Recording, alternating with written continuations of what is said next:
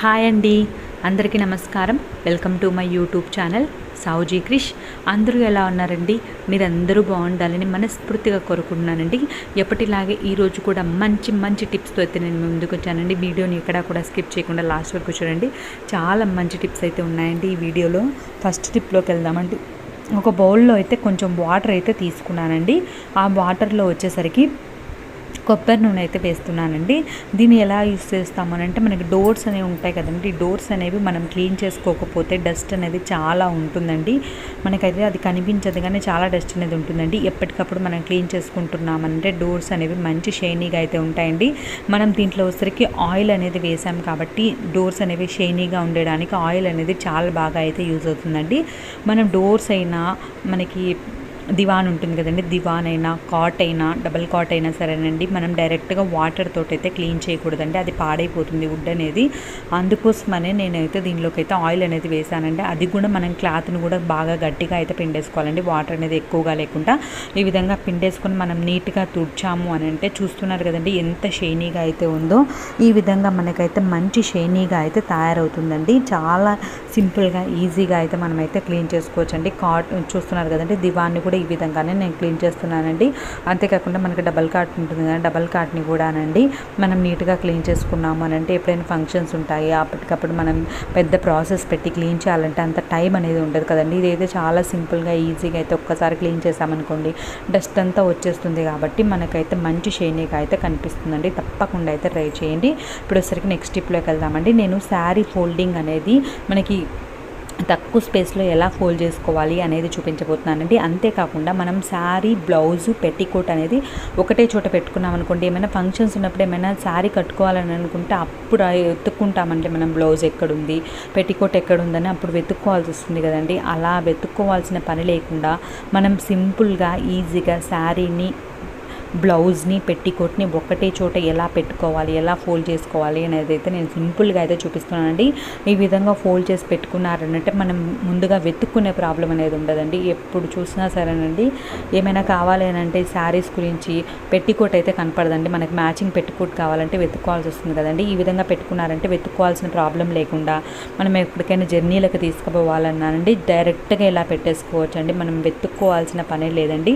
ఈ విధంగా ఒక ప్రాసెస్లో అయితే మనం పెట్టేసుకోవచ్చు అండి. ఇంకొక ప్రాసెస్ కూడా నేను చూపిస్తానండి. మీకు ఏది ఈజీగా అనిపిస్తే ఆ ప్రాసెస్లో అయితే మనమైతే క్యారీ చేసుకోవచ్చు అండి. ఈ విధంగా పెట్టుకోవడం వల్ల మనకి బ్లౌజ్ సపరేట్గా, పెట్టికోట్ సపరేట్గా పెట్టుకున్నా కూడా ఎక్కువ స్పేస్ అయితే ఆక్రమిస్తుంది కదండి. అలా లేకుండా మనకి తక్కువ ప్లేస్లో అయితే మనం నీట్గా అయితే పెట్టేసుకోవచ్చు అండి. ఇప్పుడు వచ్చేసరికి ఇంకొక ప్రాసెస్ అయితే చూపిస్తున్నాను చూడండి.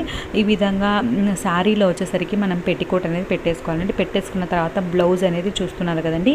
ఈ విధంగా బ్లౌజ్ అనేది ఓపెన్ చేసుకొని మనం నీట్గా ఈ శారీ అనేది పైన పెట్టేసుకోవాలండి. ఈ విధంగా పెట్టుకున్నా సరేనండి మనకి శారీ, బ్లౌజు, పెట్టికోట్ అనేది ఒకటే చోట ఉంటుందండి. మనం వెతుక్కోవాల్సిన పని లేకుండా మనకు నీట్గా అయితే ఉంటుందండి. ఈ విధంగా మనం బీరువాలో పెట్టుకోవచ్చు. మనం జర్నీలు చేసేటప్పుడు క్యారీ చేసుకునే దానికైనా చాలా ఈజీగా అయితే ఉంటుందండి. తప్పకుండా ఒక్కసారి అయితే ట్రై చేయండి.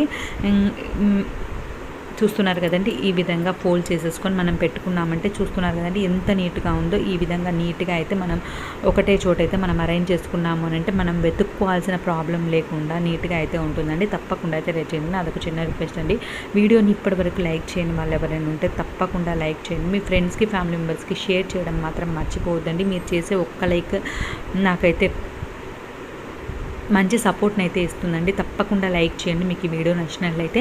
చూస్తున్నారు కదండి, నెక్స్ట్ టిప్లోకి వెళ్దామండి. ఇలా బ్యాంగిల్స్ అనేవి మనకి కలర్ పోయిన బ్యాంగిల్స్ అనేవి ఉంటాయి కదండి. అలా కలర్ పోయిన బ్యాంగిల్స్ని ఏం వాడతాంలే అని పడేస్తాం కదండి, పక్కన పెట్టేస్తాం కదండి. అలా పక్కన పెట్టుకోకుండా మనకి కలర్ పోయిన బ్యాంగిల్స్ని కూడా మనమైతే నీట్గా అయితే యూస్ చేసుకోవచ్చు అండి. అది ఎలా అనేది నేనైతే చూపించబోతున్నానండి. ఈ విధంగా నెయిల్ పాలిష్ అనేది ఉంటుంది కదండి. ఆ నెయిల్ పాలిష్ని వచ్చేసరికి మనకి కలర్ పోయిన బ్యాంగిల్స్కి అయితే అప్లై చేసాము అని అంటే మనకి ఏ శారీ కలర్ అయితే మనం వేసుకుంటున్నామో అని అనుకుంటున్నామో ఆ శారీ కలర్ నెయిల్ పాలిష్ ఉంటే చాలండి. మనం ఈజీగా పాత బ్యాంగిల్స్ని కూడా కొత్త వాటి మాదిరి అయితే మనం మార్చేసుకోవచ్చు అండి. మనం పక్కన పెట్టేసి మళ్ళీ కొనుక్కోవాల్సిన అవసరమే లేదండి. మనకి ఏ కలర్ మ్యాచింగ్ కావాలి అని అనుకుంటే ఆ కలర్ మన దగ్గర ఒక నెయిల్ పాలిష్ అనేది ఉంటే చాలండి, ఈజీగా మనం గాజులను అనేది ట్రాన్స్ఫార్మ్ అయితే చేసేయొచ్చండి. చూస్తున్నారు కదండి, ఫస్ట్ వైట్ కలర్ బ్యాంగిల్ అనేది ఇప్పుడు నేను కలర్ అనేది అప్లై చేశాక ఎలా ఉందో చూస్తున్నారు కదండి. ఇప్పుడు గ్రీన్ కలర్ బ్యాంగిల్కి వచ్చేసరికి నేను పింక్ కలర్ అనేది యాడ్ చేస్తున్నానండి. ఈ విధంగా మన ఇష్టం అండి, మనం పక్కన కలర్ పోయింది ఏం వాడతాం లేబ్బా అని పక్కకు పెట్టేస్తాం కదండి, అలాంటి వాటిని కూడా పక్కన పెట్టాల్సిన అవసరం లేకుండా మనమైతే వాడుకోవచ్చండి. చాలా సింపుల్గా, చాలా ఈజీగా మన దగ్గర ఒక్క నెయిల్ పాలిష్ అనేది ఉంటే చాలండి, మనకి ఏ కలర్కి మ్యాచింగ్ కావాలన్నా కూడానండి మనం రెడీ చేసుకోవచ్చండి. ఈ విధంగా మనం పింక్ కలర్ వేయడం వల్ల గ్రీన్ పింక్ కలర్ శారీ అనేది ఉందనుకోండి, ఈ విధంగా ఇలాంటి గాజులు వేసుకున్నాం అనుకోండి, మనకి 2 కలర్స్ అయితే కనిపిస్తున్నాయి చూడండి. ఈ విధంగా చాలా బాగుంటాయండి. చూస్తున్నారు కదండి, కలర్ వేసిన తర్వాత ఇవి 2 ఫస్ట్ ఎలా ఉన్నాయి, ఇప్పుడు ఎలా మారిపోయాయి అనేది చూస్తే మీకే అర్థమవుతుందండి. చాలా సింపుల్గా, ఈజీగా మనం పాత బ్యాంగిల్స్ని కూడా యూస్ చేసుకోవచ్చండి. పక్కన పెట్టాల్సిన అవసరం లేదు, కొత్తవి కొనుక్కోవాల్సిన అవసరం అస్సలే లేదండి.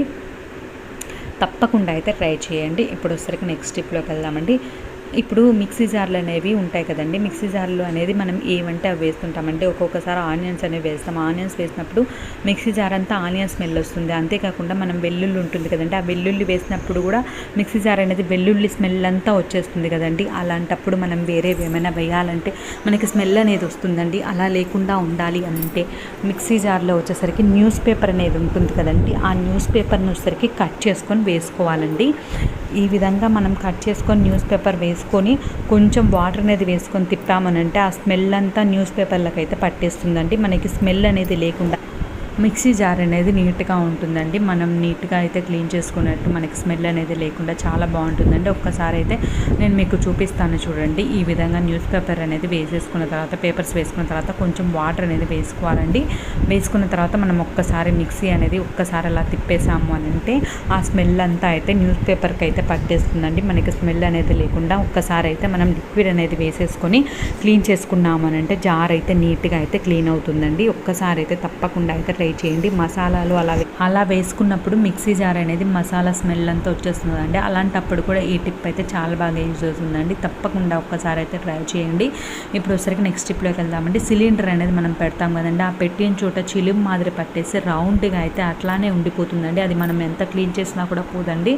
అలాంటప్పుడు మనం వచ్చరికి మనకి అవసరం లేని ఓల్డ్ బ్యాంగిల్స్ అనేవి ఉంటాయి కదండి, ఆ బ్యాంగిల్స్ వచ్చేసరికి మనం సిలిండర్ కింద పెట్టాము అని అంటే మనకి హైట్ అనేది వస్తుంది కాబట్టి మనకి అలా రౌండ్గా పడకుండా ఉంటుందండి. అంతేకాకుండా మనం ఎప్పుడైనా క్లీన్ చేసుకోవాలన్నా సరేనండి, నీట్గా పక్కన సర్పు వేసుకొని నీట్గా అయితే క్లీన్ చేసుకోవచ్చండి. చూస్తున్నారు కదండి, ఈ విధంగా ఇదైతే కొత్త సిలిండర్ అండి, చాలా వెయిట్ అయితే ఉంది. ఇంకొకరి సహాయం తీసుకొని నేనైతే పైకి ఎత్తుతున్నానండి. చూస్తున్నారు కదండి, ఈ విధంగా అయితే 3 పైపులు అయితే మనం బ్యాంగిల్స్ అనేవి పెట్టేసుకున్నాము అని అంటే మనకి నీట్గా అయితే ఉంటుందండి. మనం తుడుచుకునే దానికి కూడా చాలా నీట్గా అయితే ఉంటుందండి. మనకి ఆ విధంగా మనకి రౌండ్గా అయితే పడకుండా, చిలుము అనేది పట్టకుండా నీట్గా అయితే ఉంటుందండి. తప్పకుండా ఒక్కసారి అయితే ఈ విధంగా అయితే ట్రై చేయండి. మన హాల్లో అలా పెట్టుకున్నప్పుడు ఆ విధంగా పడితే బాగోదు కదండి. ఈ విధంగా మనం అవసరం లేని బ్యాంగిల్స్ని అయితే ఇలా అయితే యూజ్ చేయొచ్చండి. తప్పకుండా ట్రై చేయండి. ఇప్పుడు నెక్స్ట్ ఇప్పుడుకి వెళ్దామండి. స్టవ్ అనేది చూస్తున్నారు కదండి ఎలా ఉందో. ఈ విధంగా మనకి స్టవ్ దగ్గర అంతా జిడ్డు పట్టినా ఏమైనా పట్టినా సరేనండి, నీట్గా అయితే క్లీన్ చేసుకునేదానికి ఇప్పుడు ఒక లిక్విడ్ అనేది చెప్పబోతానండి. ఈ లిక్విడ్తో వచ్చేసరికి మనం స్టవ్వే కాకుండా మనం వాష్ బేసిన్ పాత్రలు అనేవి తోముకుంటాం కదండి, వాష్ బేసిన్ అది కూడా క్లీన్ చేసుకునే దానికి ఈ లిక్విడ్ అయితే యూజ్ అవుతుందండి. తప్పకుండా ఒక్కసారి అయితే ట్రై చేయండి. మనకి ఎక్కువగా జిడ్డు పట్టి ఉన్నాయి, ఎక్కువ పప్పు అలా పడుతుంది కదండి, అదంతా అలానే ఉండిపోతుంది కదండి. అలాంటప్పుడు అయితే టిప్ అయితే చాలా బాగా యూజ్ అవుతుందండి. ఫస్ట్ వచ్చేసరికి కొంచెం వాటర్ అనేది తీసుకున్నాండి, మనకి ఎంత అవసరమో అంత వాటర్ అనేది తీసుకోవాలండి. తర్వాత వచ్చేసరికి నేను డెటాల్ అనేది వేసానండి. అది బ్యాక్టీరియా ఏమైనా ఉన్నా కూడా కిల్ చేస్తుంది కదండి. కొంచెం డెటాల్ వేసి తర్వాత ఫ్లోర్ క్లీనింగ్ లిక్విడ్ మనం ఏది యూజ్ చేస్తే అది వేసుకోవాలండి. తర్వాత వచ్చేసరికి కొంచెం అయితే లిక్విడ్ అనేది ఉంటుంది కదండి, పాత్రలు దొమ్ముకునే లిక్విడ్ అయితే కొంచెం వేసుకున్నానండి. ఈ విధంగా వేసుకున్న తర్వాత మనం స్ప్రే బాటిల్లో వేసుకొని మనం స్టోర్ చేసుకొని డైలీ స్టవ్ అనేది క్లీన్ చేసుకునే దానికి యూస్ చేసుకోవచ్చండి. లేదంటే మనం అప్పటికప్పుడైనా తయారు చేసుకోవచ్చండి. చూస్తున్నారు కదండి, ఈ విధంగా అయితే నేను కొంచెం వాటర్ అనేది చల్లుకొని నేను స్టవ్ అనేది నీట్గా అయితే క్లీన్ చేశానండి. ఎంత నీట్గా క్లీన్ అయిందో చూసారు కదండి. ఎలా ఉన్నా సరేనండి, ఎంత జిడ్డు పట్టి ఉన్నా మనం ఎక్కువ రోజులు క్లీన్ చేయకపోతే స్టవ్ అనేది బాగా డస్ట్గా అయిపోతుంది కదండి. అలాంటప్పుడు అయితే ఈ విధంగా క్లీన్ చేసామంటే చాలా నీట్గా అయితే క్లీన్ అవుతుందండి. ఇదే వాటర్ తోటి మనం పాత్రలు అనేవి తోముకొని ఉంటాం కాబట్టి ఎంత జిడ్డు పట్టిందో చూసారు కదంటే ఇలా జిడ్డు పట్టిన వాష్ బేసిన్ని కూడా మనమైతే నీట్గా అయితే ఈ వాటర్తో అయితే క్లీన్ చేసుకోవచ్చు అండి. ఈ వాటర్ అనేది మొత్తం నీట్గా అయితే చల్లేసుకుని మనం ఏదైనా స్క్రబ్బర్ ఉంటుంది కదండి, ఆ స్క్రబ్బర్ తోటి అయితే నీట్గా అయితే క్లీన్ చేసుకోవచ్చండి. నేను ఇప్పుడు క్లీన్ చేసి చూపిస్తానండి. చాలా నీట్గా అయితే క్లీన్ అవుతుందండి. తప్పకుండా మీరు కూడా ట్రై చేయండి. ఈ టిప్స్ అన్నింటిలో మీకు ఏ టిప్ నచ్చింది అనేది మీ అభిప్రాయాన్ని అయితే కామెంట్ సెక్షన్లో తెలియజేయండి. ఇప్పటివరకు లైక్ చేయని వాళ్ళు ఎవరైనా ఉంటే తప్పకుండా లైక్ చేయండి. Thank you.